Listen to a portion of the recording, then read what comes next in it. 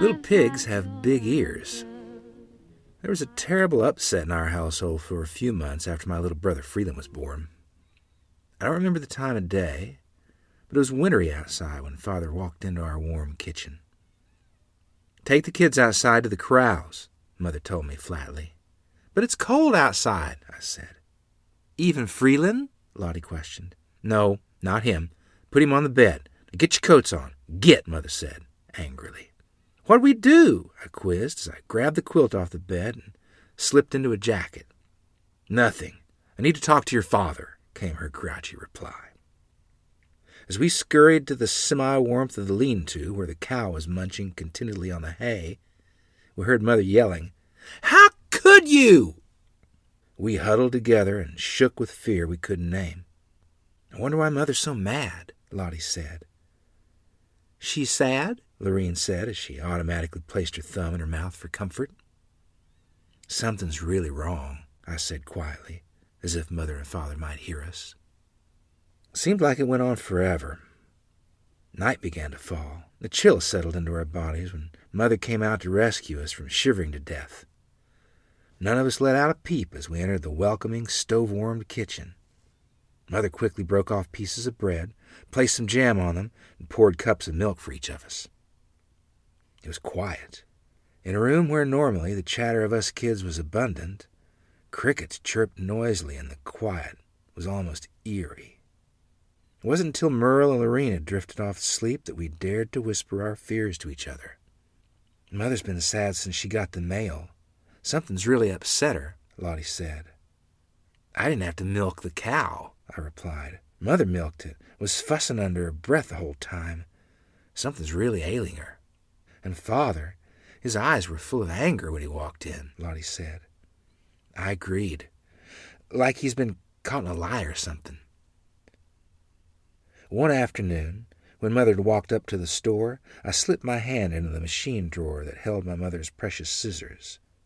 I needed them to cut a piece of cardboard to place in my moccasin.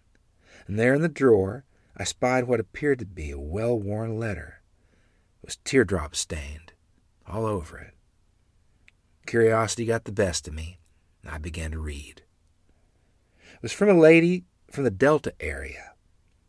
She said she was pregnant with Father's baby. There was a lot of wording I couldn't understand, but I realized it was bad news. Something about Father going to jail. The lady from Delta wanted Mother to divorce Father so they could get married.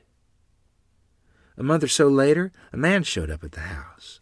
The girls were with Aunt Nan at Grandmother Barney's getting their hair trimmed and a light morsel they'd been asking for. Mother shooed me out into the orchard, but I didn't go. I snuck back into the house, and I listened at the door that was ajar. "Miss Barney, I'm Afton's lawyer, Mr. Golding. He's got himself into quite a pickle." Mother nodded, seeming to know what the problem was. I heard her sigh deeply. "There are a couple of options," he continued matter-of-factly. "You could divorce him, and he can do right by her. Or he can pay her off, and perhaps get her to marry someone else." "Maybe it's not his," Mother replied dejectedly. "I'm sorry, Mrs. Barney, but he's admitted it's his," the lawyer said. I peeked through the cracked door and saw him pat Mother's hand as if to comfort her. "What am I to do?